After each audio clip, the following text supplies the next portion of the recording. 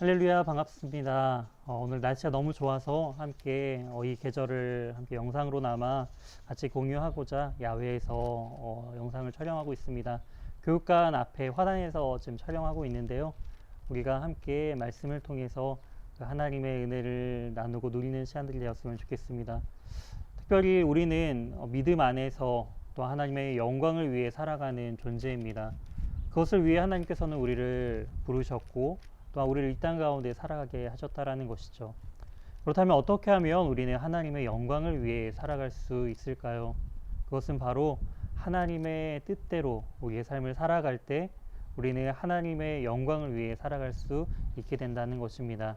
우리가 오늘 말씀을 통해 과연 하나님의 뜻대로 사는 삶의 모습은 무엇인지 함께 고민하고 우리의 삶 속에 적용하는 복된 시간이 되길 소망합니다. 열왕기상 1장 38절에서 49절입니다.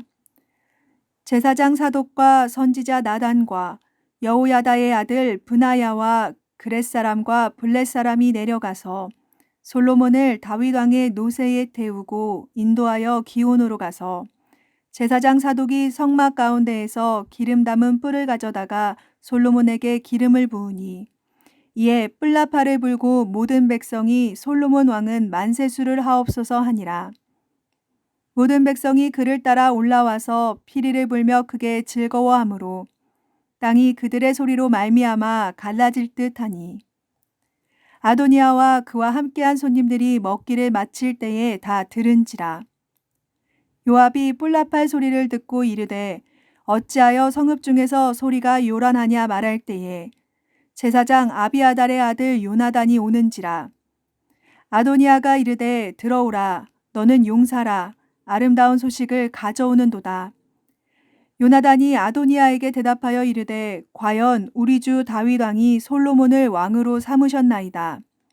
왕께서 제사장 사독과 선지자 나단과 여호야다의 아들 브나야와 그렛 사람과 블렛 사람을 솔로몬과 함께 보내셨는데 그들 무리가 왕의 노새에 솔로몬을 태워다가 제사장 사독과 선지자 나단이 기온에서 기름을 부어 왕으로 삼고 무리가 그곳에서 올라오며 즐거워하므로 성읍이 진동하였나니 당신들에게 들린 소리가 이것이라.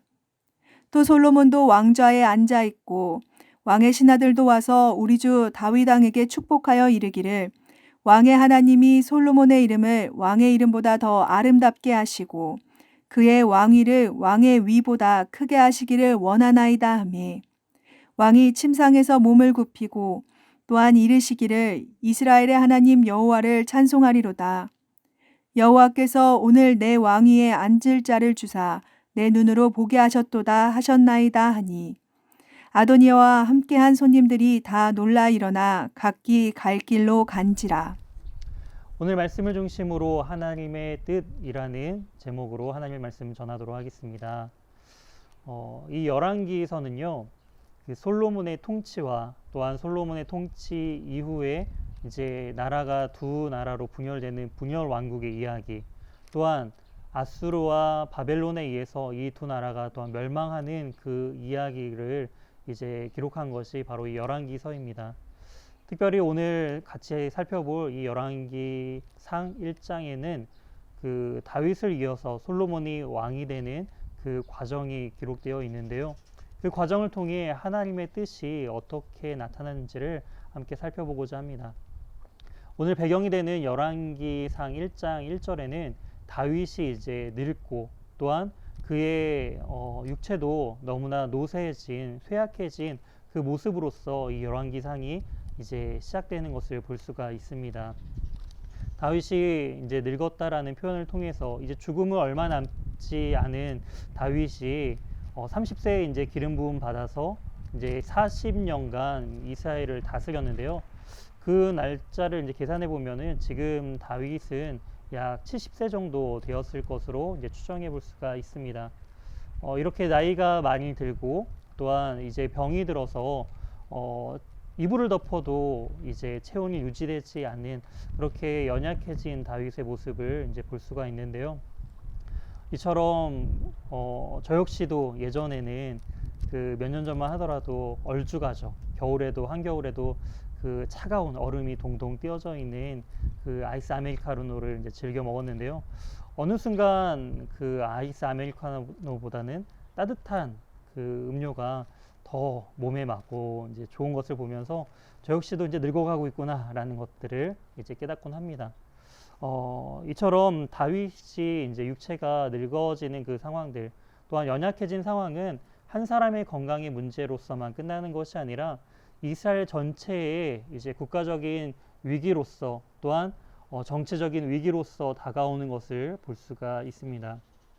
이러한 가운데 이제 다윗을 보필했던 신하들은 다윗의 건강이 조금이나마 회복되기를 원하는 마음에 수넴 여인 그 아비삭을 또한 다윗의 곁에 둠을 통해서 다윗이 이제 건강이 조금이나마 호전되기를 바랬죠. 이 수넴 여인이 이제 다윗의 곁에 있으면서 그를 보필했지만 다윗의 건강은 이렇게 회복되지는 않은 것 같습니다. 이 수넴 여인에 대한 그 또 다른 기록이 열왕기 하 4장에 기록되어 있는데요.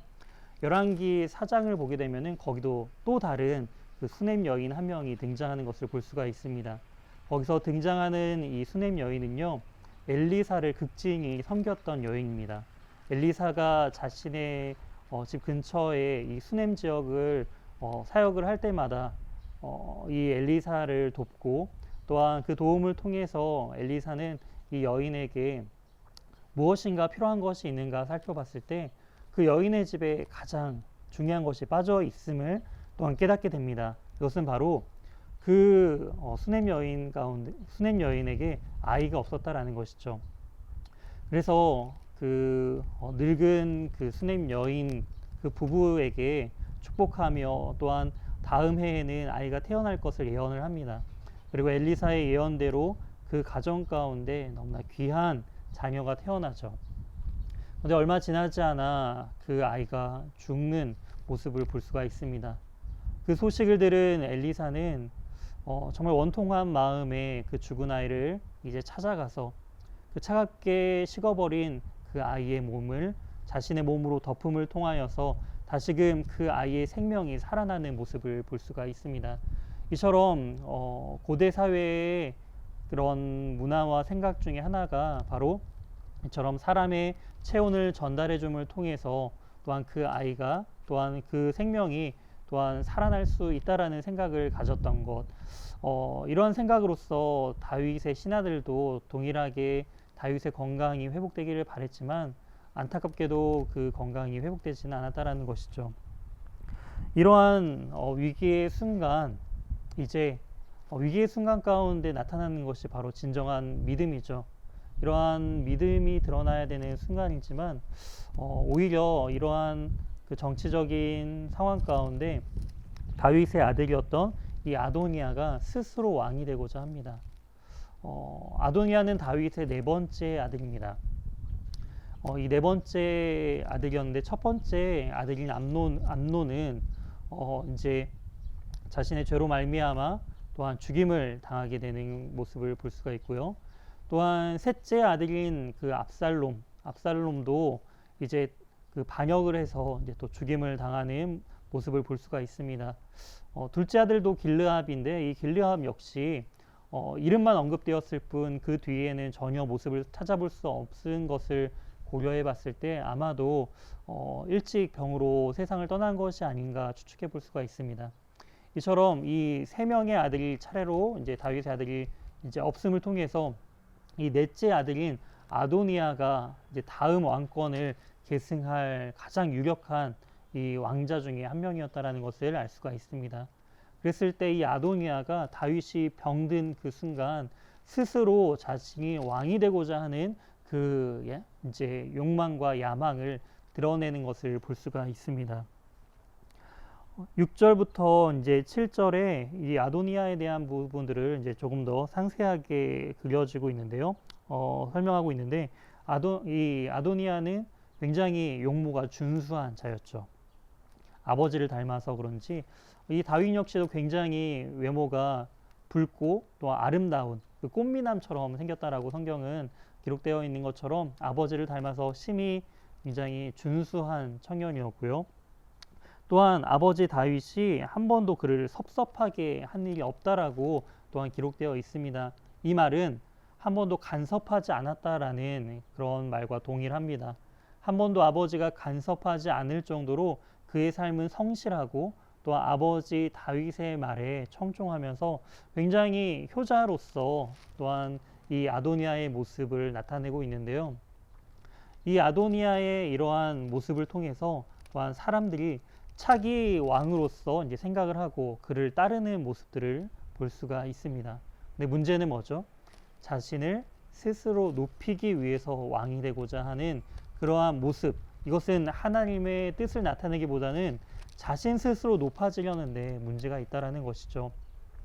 이처럼 우리의 삶에서도 과연 누구를 높이고 있느냐라는 것을 우리는 분별할 수 있어야 합니다. 과연 나는 내 삶에 최선을 다하고 열심히 하는 것이 나를 위한 것인가 아니면 정말 하나님을 위한 것인가를 우리는 분별하면서 그것들을 우리가 분별하고 나타낼 수 있어야 된다라는 것이죠. 자신을 위한 삶을 사는 삶, 이러한 사람들에게는 물론 세상에서 돕는 자들이 생깁니다. 하지만 우리가 알아야 할 것은 그들에게도 목적이 있었기 때문에 자신의 안위와 자신의 성공을 뒷받침할 그러한 사람이기 때문에 이 아도니아를 따르고 있다는 것을 우리는 말씀을 통해 살펴볼 수가 있는데요. 이 아도니아를 따르는 대표적인 인물이 7절에 나오는 것처럼 바로 요압과 또한 제사장 아비아달입니다. 요압은 다윗의 군 사령관입니다. 군에 있어서 최고 통치자로서 굉장한 역량이 있는 사람이었다라는 것이죠. 그리고 이 제사장인 아비아달은 대제사장으로서 이 이스라엘 가운데 종교적인 너무나 큰 영향력을 가지고 있던 사람입니다. 이처럼 종교적인 권위와 또한 군사적인 힘까지도 이 아도니아에게 힘이 실리는 모습을 볼 수가 있는 것이죠. 이처럼 이 아도니아가 왕이 되는 이 과정들은 굉장히 순탄했습니다. 서열상으로도 그렇고 자신을 돕는 사람들의 모습을 보면서도 굉장히 이제 아도니아가 왕이 될 것이 거의 확실해지는 그런 가운데 상황이 계속적으로 흘러가고 있죠. 하지만 이러한 상황 가운데 이 아도니아를 따르지 않고 솔로몬을 따르는 사람들도 있음을 우리는 말씀을 통해 알 수가 있습니다. 바로 8절에 등장하는 제사장 사독과 또한 이제 차기 군 통치자가 되는 브나야와 또한 선지자 나단 그리고 다윗의 용사들이 바로 그들의 대표적인 인물들이죠. 이들은 이제 확실해지는 이 아도니아를 따르는 것이 아니라 여전히 솔로몬을 지지하면서 그를 이제 왕으로 삼으려고 하는 그 모습들을 볼 수가 있습니다. 이제는 큰 두 파로 나눠지는 그 모습들을 볼 수가 있죠. 솔로몬을 왕으로 세우려고 하는 사람들과 또한 이 아도니아를 왕으로 세우려고 하는 그 두 가지 모습 가운데 과연 하나님의 뜻은 어떻게 드러나는지 그 과정들을 또한 본문을 통해 살펴봤으면 좋겠습니다. 이 아도니아는 자신의 입지를 더욱더 굳건히 세우기를 원했습니다. 그래서 그 과정으로서 큰 잔치를 열게 되죠. 이 잔치를 열을 통해서 자신의 사람들과 그리고 그렇지 않은 사람들을 명확하게 구별하는 모습들을 볼 수가 있습니다. 이 잔치에 참여하지 못하는 사람들은 바로 추후에 자신이 왕이 되면은 숙청할 대상으로서 그렇게 구분하는 모습을 볼 수가 있는 것이죠. 한편에서는 이제 큰 잔치를 벌어지면서 사람들이 즐겁게 그 잔치를 즐기는 동안 반대 진영에는 이제 큰 근심거리와 고민이 생기게 됩니다. 이제 얼마 지나지 않으면은 이 아도니아가 왕으로 추대될 텐데 이 상황을 막지 못한다라고 한다면 자신들 역시 그리고 자신들이 지지하는 솔로몬 역시 이 죽음을 면하기가 쉽지 않는다라는 것을 이들은 알게 되었습니다. 이러한 문제 가운데 이제 선지자 나단이 주도적으로 이제 또 한번 등장을 하죠. 나단은 솔로몬의 어머니인 이 밧세바에게 이제 이렇게 조언을 합니다. 다윗 왕에게 가서 지금 진행되고 있는 상황을 다윗에게 알려주고 또한 다윗이 이전에 약속했던 하나님의 이름으로 맹세했던 자신의 뒤를 이을 왕이 바로 솔로몬이다라는 그 사실을 기억하면서 다시금 솔로몬을 왕으로 세울 것을 이 다윗 왕에게 간곡히 요청할 것을 밧세바에게 이렇게 조언하는 것을 볼 수가 있습니다. 그런데 이 나단 선지자와 밧세바의 관계는 썩 좋았던 관계는 아닙니다. 왜냐하면은 이 다윗과 밧세바의 간음에 대한 부분들을 이제 언급하면서 책망했던 선지자가 바로 이 나단 선지자였기 때문이죠. 이러한 배경과 과정으로 봤을 때 이 나단과 밧세바는 결코 편한 관계일 수 없습니다. 하지만 지금은 서로 조력자가 되어서 조언을 해주고 있는 그런 관계 가운데 그 관계가 회복되어 있는 것을 볼 수가 있습니다. 즉 이 말은 이 밧세바 역시 자신의 죄악에 대한 부분들을 철저히 회개하고 또한 하나님의 뜻을 온전히 증거하고 전했던 그 나단 선지자의 말을 이제 귀담아 들으면서 이 철저한 회개를 통해 그들의 관계가 다시금 회복되었음을 우리는 말씀을 통해 살펴볼 수가 있습니다. 이제 밧세바를 통해 지금 아도니아가 어떤 일을 꾸미고 있는지 그 소식을 들은 다윗은요, 자신이 이전에 여호와의 이름으로 통해서 맹세했던 그 부분을 다시금 기억하면서 솔로몬을 이제 왕으로 추대하는 그 과정들을 볼 수가 있습니다. 솔로몬은 자신이 타던 그 나귀에 솔로몬을 태우고 이제 기혼으로 가게 한 후에 그곳에서 이제 솔로몬이 이제 왕으로서 추대받게 하는 것을 볼 수가 있습니다. 기혼이라는 곳은 이제 예루살렘의 수원지와도 같은 곳입니다. 샘물이 솟아나는 곳인데요. 바로 그곳에서 너무나 중요한 그 장소에서 바로 이 솔로몬이 이제 왕이 되는 그 모습을 살펴볼 수가 있는 것이죠. 이제 이 솔로몬이 왕이 되는 이 곳에 큰 잔치가 벌어지게 됩니다. 사람들은 기뻐하며 나팔을 불고 있는 가운데 이제 다른 진영에서 저 멀리서 이 아도니아 측에서 잔치를 벌이고 있던 사람들이 저 멀리 들려오는 그 뿔 나팔 소리를 듣게 됩니다. 그리고 이제 솔로몬이 왕으로서 등극했다라는 소식마저도 전해져 듣게 됩니다. 그러자 어떻게 되죠? 그 아도니아 진영에 있던 그 수많은 사람들이 각기 제 갈 길로 흩어지는 모습을 볼 수가 있습니다. 이처럼 하나님의 뜻에 온전히 합당하지 않은 그 세상의 잔치는요, 하나님의 때에, 하나님의 나팔 소리가 들릴 때에 이제 흩어질 것을 우리는 이 말씀을 통해 알 수가 있습니다. 세상이 추구하고자 하는 그 즐거움, 세상에서도 그 즐거움이 있다라는 것이죠. 하지만 문제는 뭐냐면은 그 즐거움은 영원하지 않을 것이다라는 것입니다. 진정한 즐거움과 진정한 그 기쁨은 바로 하나님 안에서 누리는 기쁨임을 우리는 알아야 합니다. 그랬을 때 우리에게도 들려질 그 하나님의 나팔 소리가 들릴 때 과연 우리는 어느 자리에 있어야 하는지 우리는 결단하고 우리는 나가야 된다라는 것이죠.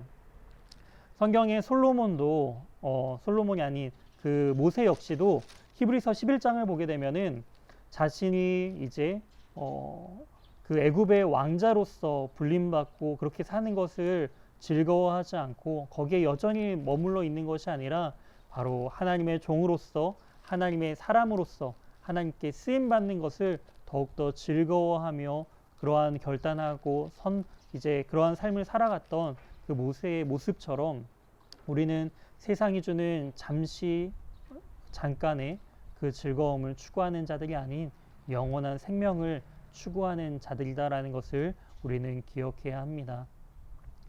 이러한 상황 가운데 하나님께서는 바로 이 솔로몬을 택하시고 솔로몬이 왕이 되게 하는 그 과정을 통해서 바로 하나님의 뜻이 바로 솔로몬이 왕이 되게 하는 것에 있음을 우리는 알 수가 있습니다.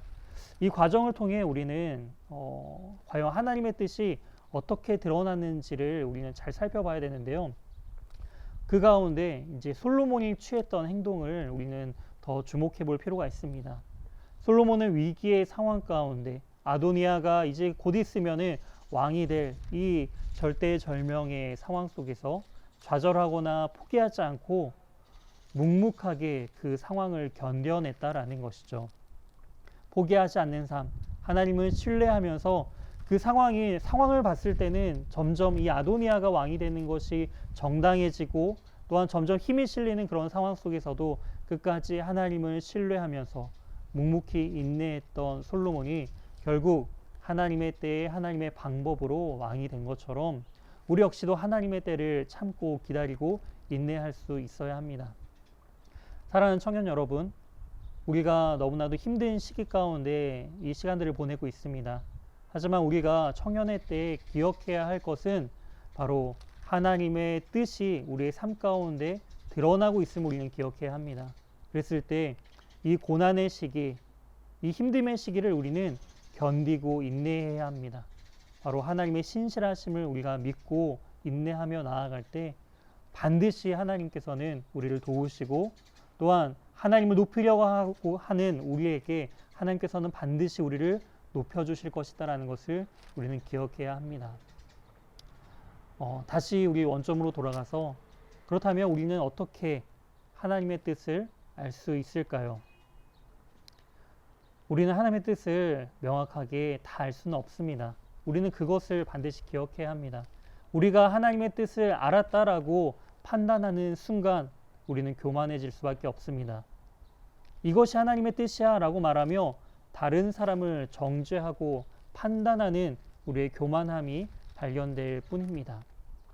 그렇다면 어떻게 하나님의 뜻을 우리는 알 수 있을까요? 우리가 모른다는 사실을 인정할 때, 그리고 하나님을 경외하고 두려움을 통해서 우리가 하나님께 순종하며 나아갈 때 하나님께서는 하나님의 뜻을 우리에게 알려주실 것입니다. 우리가 해야 할 것은 바로 하나님을 경외하고 하나님께 순종하는 것, 바로 이것이 바로 하나님의 뜻을 이뤄내고 우리의 삶 속에서 하나님께 영광 돌리는 삶의 모습이다라는 것을 우리는 기억해야 합니다. 한 주간도 우리가 이 말씀을 기억하면서 하나님의 뜻이 우리 가운데 나타나길 소망합니다. 인내하고 견디며 하나님의 뜻이 우리의 삶 가운데 반드시 이루어질 것이다라는 것을 굳게 믿으며 한 주간도 말씀 가운데 승리하며 살아가는 저와 또한 각자의 자리에서 예배드리고 있는 우리 청년분들이 되길 주님의 이름으로 소망합니다. 함께 기도하도록 하겠습니다. 하나님, 우리는 연약합니다. 너무나도 부족합니다. 주님의 도움이 없이는 한순간도 살아갈 수 없는 연약한 존재임을 주님 고백하오니 우리를 붙들어 주시고 하나님의 뜻이 우리의 삶 가운데 온전히 나타날 수 있도록 우리를 성실하게 신실하게 주님께서 인도하여 주시옵소서. 힘든 상황 가운데 있는 우리 청년들 포기하거나 낙심하거나 좌절하지 않고 하나님 솔로몬처럼 하나님의 때를 기다리며 인내하며 살아갈 수 있도록 주님 도와주시고, 하나님 그렇게 하나님께 붙들림 받아 하나님 세상과 타협하지 아니하고 하나님께 굳게 붙들려 하나님의 영광을 위해 살아가는 저와 또한 각자의 자리에서 예배드리고 있는 우리 귀한 청년분들이 될 수 있도록 주님 도와 주시옵소서. 한 주간도 우리의 삶을 신실하게 인도하실 주님을 찬양하오며 이 모든 말씀 살아계신 예수 그리스도의 이름으로 기도드립니다. 아멘.